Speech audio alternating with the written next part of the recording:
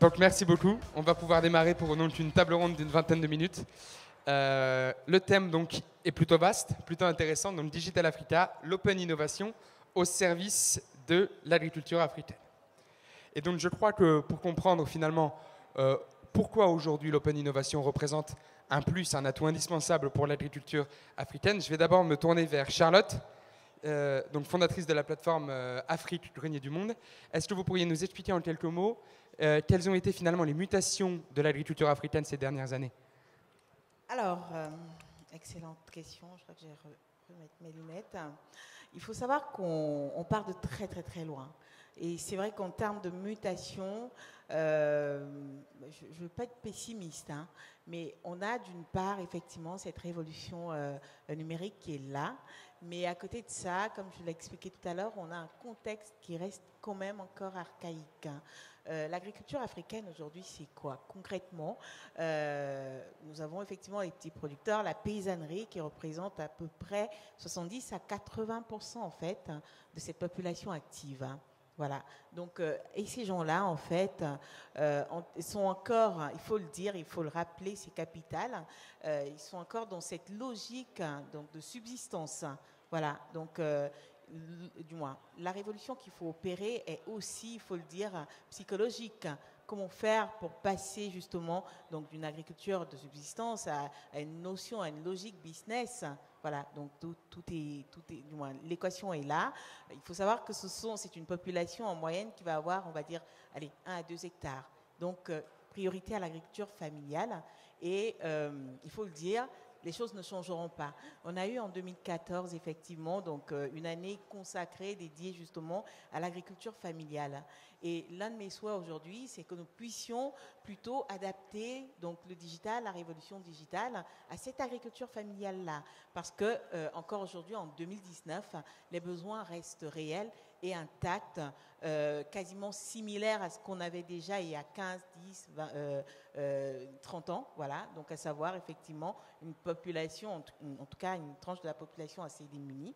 Alors, on va dire qu'il y a quelques années, avant ce qu'on a appelé les accords... alors, comment ça s'appelait déjà? Non. Alors, je ne sais plus. Alors, en fait, on a eu... je vais me rappeler, je vous l'expliquerai. Faut arrêter En d'y fait, penser, ça à va un revenir. moment donné, on a eu effectivement une agriculture émergente. On a eu des pays quasiment autosuffisants. Voilà. Le Cameroun, par exemple, était un pays autosuffisant dans les années 80 encore. Et puis, il y a eu effectivement les fameux accords du FMI qui amenaient en fait à une certaine restriction économique. Il y a quelqu'un dans la salle qui peut m'aider? C'est quand même des accords assez importants. J'oublie juste, je vous le redirai tout à l'heure. Et en fait, du jour au lendemain, on est passé d'une agriculture où le petit producteur était quand même assisté avec une politique agricole au niveau national, au niveau national, puisqu'il s'agit de plusieurs pays, adaptés donc, et garantissant un réel accompagnement du petit producteur à rien du tout. Voilà, donc, et du jour au lendemain, en fait, on a eu effectivement un réel abandon du secteur, non seulement de la paysannerie, mais aussi du secteur privé. Pourquoi? Parce qu'effectivement, donc avec la libéralisation des prix des denrées alimentaires, etc., le secteur n'était plus compétitif. Et c'est encore le cas aujourd'hui. C'est une agriculture africaine qui n'est pas subventionnée. Donc, c'est une agriculture africaine qui n'est pas financée. Quand on sait qu'en France déjà, même avec les subventions, on a quand même une paysannerie qui souffre et pourtant elle est à la base même de cette agriculture. On a aujourd'hui en France, on peut le dire, un suicide par jour chez les petits producteurs. En Afrique, bon, on n'est pas loin de là, il faut le dire. Et malheureusement, malgré cette révolution numérique, on n'est pas prêt de voir un réel changement des choses. Voilà, ça va vraiment très bien. L'autre chose qu'il faut également souligner, c'est que nous sommes partis en fait, il faut faire allusion en fait à la période coloniale où en fait les populations ont été amenées à adopter ce qu'on appelle les cultures pérennes, donc le cacao, le café, l'EVA, etc. Donc des cultures vouées plutôt à l'exportation ce qui a justement entraîné donc un réel fossé en matière de sécurité alimentaire. Donc vous cultivez en réalité ce que vous ne consommez pas et voilà, vous êtes persuadé qu'en fait c'est ce qui va vous permettre de créer de la richesse alors qu'en fait non. Aujourd'hui, il faut opérer justement, donc il faut renverser la tendance et revenir vraiment vers une promotion des cultures maraîchères et vivrières en prenant en compte également donc le changement climatique et bien entendu donc l'agroécologie qu'on prône également au sein de la plateforme Africaine du monde. Merci, merci Charlotte pour ces éléments de contexte qui nous permettent, qui nous éclairent finalement sur la situation en Afrique aujourd'hui, la situation agricole. Kira, for you, according to, because I wanted to ask you a definition of the open innovation according to you, but you just gave it away 5 minutes ago, so my heart was broken. Honestly, according to you, what and your vision, how do you think that research and open innovation research in general can help the transition Charlotte was talking about right now? Sure, absolutely, thank you. I think one of the elements of open innovation that is so important is that it can occur at a variety of scales. So it can be very large scale and it can be very small scale.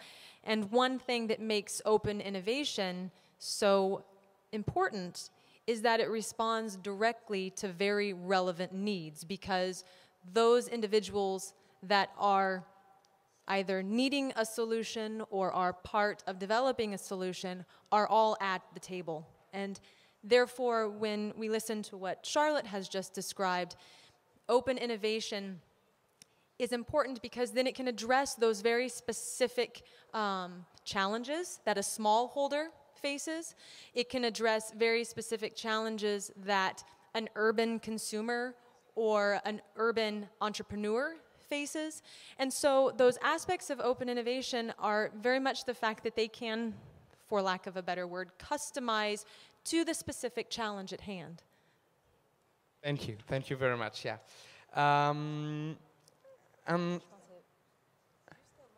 Yes, of course.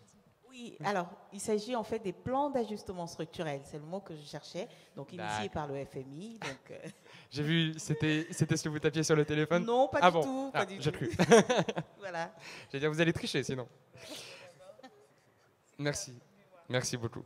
Donc, du coup, Souleymane, vous, finalement, en tant que CEO de Frezen en Afrique, vous expérimentez l'open innovation. Est-ce que vous l'utilisez finalement tous les jours dans le fonctionnement de votre entreprise et dans la recherche et le développement? En fait, on l'utilise plutôt dans la recherche et le développement, parce que présentement, ce qu'on est en train de faire, comme je l'ai expliqué tantôt, c'est que nous sommes presque dans 4 pays africains et bientôt dans 8 pays. Donc, le principal problème en fait dans l'accompagnement des exploitations agricoles, c'est que des fois, quand tu as des ouvriers sur place, quand tu leur dis de faire quelque chose, ils ne le font pas à la lettre. Tu leur dis par exemple d'arroser, ils vont attendre 1 heure après pour le faire ou 2 heures après pour le faire. Donc l'idée d'avoir en fait ces technologies, ces capteurs qui peuvent arroser à distance, qui peuvent suivre à distance, de mesurer l'humidité du sol, nous permet nous à distance de manager, de suivre. Mais ce que nous sommes en train de faire, c'est juste en fait d'expérimenter, de tester, pour après en fait le mettre en place. Donc c'est pas encore disponible à 100%, mais c'est toujours en phase d'étude pour le mettre en fait sur le fonctionnement vraiment clair de ce qu'on est en train de faire. Et cette automatisation, cette recherche d'automatisation que vous faites, finalement, elle est faite à partir de l'open innovation et de données qui sont accessibles. Exactement, c'est ça. C'est pas quelque chose que nous développons, mais on cherche en fait des structures qui sont déjà là, qui proposent des solutions et on essaie de travailler avec eux ensemble. D'accord. Merci. Je me tourne maintenant vers vous, Hervé. Vous êtes donc du coup président du salon Tête Élevage de l'Agri Startup Summit et du groupe de formation Les Établières. Et vous êtes aussi président du pôle de recherche et développement durable. Arrête. Bon, vous êtes président de beaucoup de choses, on ne va pas tous les faire. Il faut ce qu'il faut. Hein. En revanche, la question que je me posais par rapport à l'open innovation, finalement, vous qui êtes investi dans ce lien avec l'agriculture, c'est est-ce qu'il y a une relation particulière entre la France et l'Afrique pour ce qui est du partage de données et pour ce qui est du progrès ensemble? Alors il y en a surtout une à créer. C'est l'objet même de Digital Africa, de créer ces ponts entre l'Afrique et la France, dans les deux sens. c'est né de la volonté du président de la République dans le premier discours qu'il a fait sur la terre africaine, c'était à l'université de Ouagadougou, qui est un discours à mon sens assez fondateur, d'une évolution des choses voulues. Alors elles ne sont pas mises en œuvre encore totalement, même pas beaucoup, mais de sortir d'une période coloniale, évidemment, il y a un petit moment que c'est fait, mais également post-coloniale, rédemptrice, qui ne mène pas à grand-chose finalement dans les relations qu'on peut avoir, et puis vraiment créer des relations adultes, on va dire, entre l'Afrique et la France. Et à travers ça, il nous a semblé que le numérique pouvait jouer un rôle considérable. Dans cette intervention-là, il a mis l'accent sur 3 choses. C'est le numérique, la place de l'agriculture, la place des femmes. Et tout est lié, en fait, dans cet ensemble-là. Et quand Digital Africa s'est créé à sa demande, avec le Conseil présidentiel pour l'Afrique et avec l'AFD principalement, avec 10 membres fondateurs, dont la Ferme Digitale, la volonté est d'abord de mettre en place une plateforme où on pourra agréger toutes les compétences possibles pour permettre à chacun de venir chercher qui des financements, qui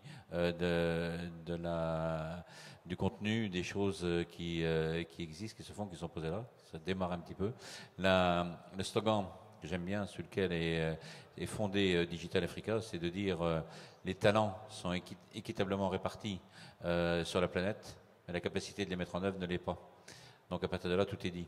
Et on le voyait bien tout à l'heure dans la présentation qu'a fait Kira, c'est exactement ça. Et donc, l'ouverture de l'innovation, l'ouverture des données va servir à ça, à réguler et recréer une certaine égalité, une certaine convergence pour permettre les synergies et permettre à tout le monde de monter. Il y a un autre élément assez fondateur qui est de dire, et le numérique est une particularité pour ça, c'est que la connaissance est un bien particulier, quand on la donne, on la garde. On la garde pour soi, on la donne à l'autre, et on a des chances de s'enrichir de celle de l'autre pour créer ensemble une autre connaissance qui est encore plus puissante. C'est tout le fondement, je pense, de l'open innovation. Et ça, on n'a pas réussi à le faire vraiment avant que l'événement du numérique, parce qu'on n'a pas simplement pas les moyens de le faire. Donc l'ambition qui est mise dans Digital Africa est celle-là. Tu as cité tout à l'heure un certain nombre d'organisations ou d'établissements, d'entreprises dans lesquels j'ai quelques responsabilités. L'objet est simple, hein, c'est de les emmener dedans, parce qu'on a beaucoup à apprendre, et quelquefois aussi, j'ose le dire, par des éléments qu'on n'attendrait pas. Au Stade hier, on accueille par exemple des jeunes non accompagnés, des jeunes migrants. Des fois c'est compliqué, mais aussi des fois c'est une énorme richesse qui nous est apportée de savoir, de connaissances qui sont partagées. On se dit après tout, on va aller le porter directement là-bas aussi et le faire directement sur place. Non pas pour les empêcher a priori de venir, c'est 2 problèmes qui sont différents, mais c'est toute une dynamique qui commence à se créer dans un mouvement qu'on voit naissant et finalement beaucoup plus partagé qu'on ne l'imagine. Merci, merci Hervé. Kira, sooner you were talking about you had begun to talk about what are the links between America and Africa about agriculture, and in which extent you contribute to improve and help Africa to implement a professional agriculture. Can you go further and tell us what do you think for the next 10 years, how the exchange, the links are going to get deeper and deeper? Certainly. Are you speaking specifically to the United States, or more the future within, across the continent of Africa within this space?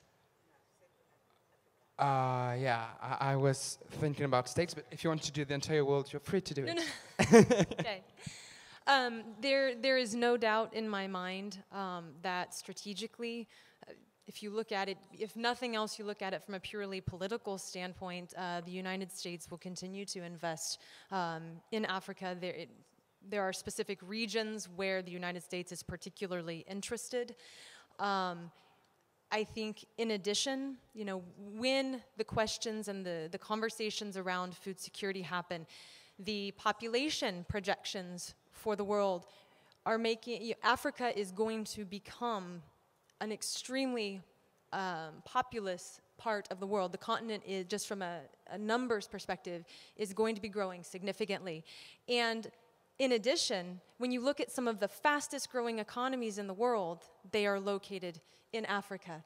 And so I am of the opinion that globally there is an increased focus on the continent. There, it's different from country to country, but if you want to look globally at the continent, there is, the entire world is looking to Africa, and they are wanting, there are some that are wanting to invest, there are some that are wanting to become a part of it, but in my opinion, there is absolutely no question that Africa will continue to be a priority. It will only grow, and from a United States perspective, we will continue to invest, and we will continue to become increasingly more active across the continent. And I am of the hope, referencing to what Hervé just referred to, that we in the United States do it the right way. Thank you very much. Et maintenant, je vais poser la question à vous deux, à Charlotte et à Souleymane, parce que vous êtes tous les deux concernés. J'ai demandé à la France ce qu'elle pouvait apporter à l'Afrique. On a demandé finalement à l'Amérique, aux États-Unis ce qu'ils pouvaient apporter à l'Afrique. Mais il semble évident que l'Afrique a énormément de choses à apporter aux deux. D'après vous, qu'est-ce que vous pouvez nous enseigner ? Qu'est-ce que vous pouvez améliorer ? Vous parliez du contexte agricole français. Est-ce que vous avez des choses à nous enseigner pour aider nos agriculteurs ? Quelle doit être pour vous la nature de ces échanges réciproques ? Oui, alors, avant de vous répondre, je voudrais compléter en fait les propos de ma consoeur. On a aujourd'hui au niveau de l'Afrique un excellent programme américain dénommé l'AGOA, voilà, qui fait ses preuves et qui est justement le symbole de cette coopération entre les États-Unis et l'Afrique, notamment en ce qui concerne le domaine agroalimentaire. Il faut le souligner, on a d'autres programmes, donc la Fondation Bill et Melinda Gates par exemple, donc avec un certain nombre d'initiatives un peu partout à travers le continent, l'USAID également qui accompagne de nombreux entrepreneurs, donc elle est réelle en fait, elle va se renforcer en fait cette coopération. Alors, en ce qui concerne effectivement donc l'apport de la France par rapport, l'apport de l'Afrique par rapport au reste du monde, on a la France, on a les États-Unis, mais on a également, comme je le disais tantôt, vraiment le reste du monde. On va dire aujourd'hui que l'Afrique, comme je le dis, c'est le titre même de notre think tank, enfin c'est le nom de notre think tank, l'Afrique est une réelle alternative aujourd'hui pour la donne alimentaire mondiale. On a une équation qui est universelle. Comment on fait pour nourrir 9 milliards d'individus à l'horizon 2050 ? Il s'avère qu'aujourd'hui, malheureusement, Jacques Attali le rappelait encore il y a quelques jours à l'OCDE, on a une industrie agroalimentaire qui, je ne vais pas dire qu'elle est responsable, mais qui a quand même une part de responsabilité dans le taux de cancer aujourd'hui, quand on vous dit qu'on a 70 à 75% des causes de cancer qui viennent en fait de ce qui est consommé, de ce qu'on a dans nos assiettes, il y a de quoi se poser des questions. Alors, il s'avère qu'aujourd'hui, cette Afrique-là est une solution. L'Afrique est le continent par excellence aujourd'hui, avec au niveau agricole, avec des terres arables qui sont vierges. Et il y a de la place pour tout le monde, pour les Africains et pour le reste du monde. Et on a déjà, il faut le dire, un mouvement qu'on peut observer, qui est celui de l'achat des terres arabes africaines par de nombreux États souverains qui cultivent là-bas et qui viennent justement pour garantir leur souveraineté alimentaire. Maintenant, l'équation est simple. Comment faire pour que aussi bien le Sud et le Nord puissent réellement profiter de manière équitable de ces nombreux avantages. Voilà. Et par rapport à ça, l'Afrique a effectivement non seulement ce potentiel ce potentiel agricole du fait de ces terres à apporter, mais l'Afrique est aussi un marché réel qui est là, qui est énorme, qui est exponentiel. 2 milliards d'individus. Donc ça veut dire qu'il faut les nourrir, mais pas seulement. Il faut assurer la formation des acteurs. Hier, on a fait la visite de cette belle entreprise, je crois que c'était Hydrokit.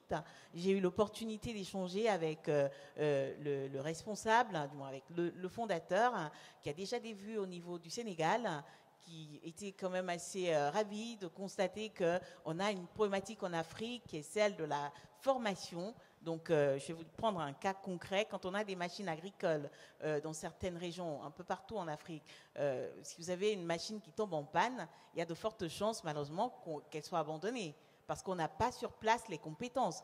Donc, ça revient tout simplement à opérer un transfert de compétences entre la France, les États-Unis, etc., et l'Afrique. Ça revient également à une réelle création de richesse avec l'établissement sur place, pourquoi pas, de nombreuses entreprises. Donc, pour créer de la richesse sur place, un petit peu comme le fait déjà Nestlé ou d'autres encore. Voilà, on a énormément de choses à apporter. On a cette jeunesse qui est engagée, qui représente un véritable génie en la matière. Et puis surtout, il faut le dire, je m'arrête là, il y a de nombreux avantages, mais il faut le dire, on a aujourd'hui, on n'a plus de barrières au niveau géographique avec le numérique. Je peux être aux États-Unis et travailler tous les jours avec l'Afrique, et c'est magnifique. Souleymane, du coup, quelque chose à ajouter? Pas grand-chose, en fait. Bon, si on fait juste en fait une petite observation, en France, par exemple, 80% des abeilles en fait ont été perdues à cause des pesticides chimiques. Le problème en fait en Afrique, c'est qu'on essaye d'importer les mêmes erreurs en Afrique. Et c'est ce qu'il ne faut pas faire. En Afrique, on a 264 milliards de surfaces cultivables et les 61% ne sont pas exploités. Donc là, en fait, on n'a pas les mêmes problèmes que les Européens ont, que les Français ont. L'idée, c'est de voir en fait qu'est-ce qu'il y a de bon ici et de les dupliquer en fait en Afrique et de voir comment collaborer avec ces structures. Par exemple, dans notre cas, nous, on essaie de travailler avec des structures comme Angers qui font la production de pépinières. C'est de voir comment transférer la technologie sur place. Maintenant, ce que j'ai juste à dire, c'est que l'Afrique a beaucoup à apporter, surtout en fait aux autres pays européens aussi, aux États-Unis, etc. Maintenant, c'est de voir, nous, qu'est-ce qu'on a comme opportunité de le valoriser et de ne pas essayer de répéter les mêmes erreurs que les autres ont fait. Merci beaucoup, merci Souleymane. Merci beaucoup à vous quatre. Hervé, deux mots peut-être pour conclure? C'est un triste privilège, ça, de conclure. Je n'ai pas grand-chose à rajouter en fait dans tout ce qui a été dit. Il y a énormément d'opportunités effectivement sur l'Afrique. Il faut qu'on les cultive ensemble. Je suis d'accord avec ce que dit Charlotte, c'est de là-bas que viendront nombre de solutions et de sa jeunesse. Souleymane en est le parfait témoignage. Il était là il y a 2 ans avec un projet qui n'est pas tout à fait le même que celui qu'il porte maintenant. Les choses ont évolué, mais c'est aussi à ça que sert l'Agri-Startup Summit, labellisé Digital Africa, premier événement qui l'an dernier a été labellisé Digital Africa. C'est de construire ensemble ces solutions pour demain. On pourra les revoir. Je vous donne rendez-vous à un énorme événement dans lequel on sera associé avec Digital Africa, qui est le sommet Afrique-France de Bordeaux, où le challenge, il est de travailler à la construction de la ville et des territoires durables. Et dans la ville et les territoires durables, Soumeya va en dire un tout petit mot, il y a l'agriculture et l'alimentation. Soumeya, je te laisse conclure. Merci. Oui, donc je voulais ajouter un petit mot sur le challenge. Comme disait Hervé, Digital Africa est partenaire du sommet Afrique-France qui se déroulera du 4 au 6 juin prochain à Bordeaux. Les 54 chefs d'État africains sont attendus et il y a une cité des solutions qui va promouvoir l'innovation et les opportunités bilatérales entre la France et l'Afrique. Et Digital Africa est en charge, est partenaire sur le volet innovation. On a ouvert le challenge des 1000 entrepreneurs.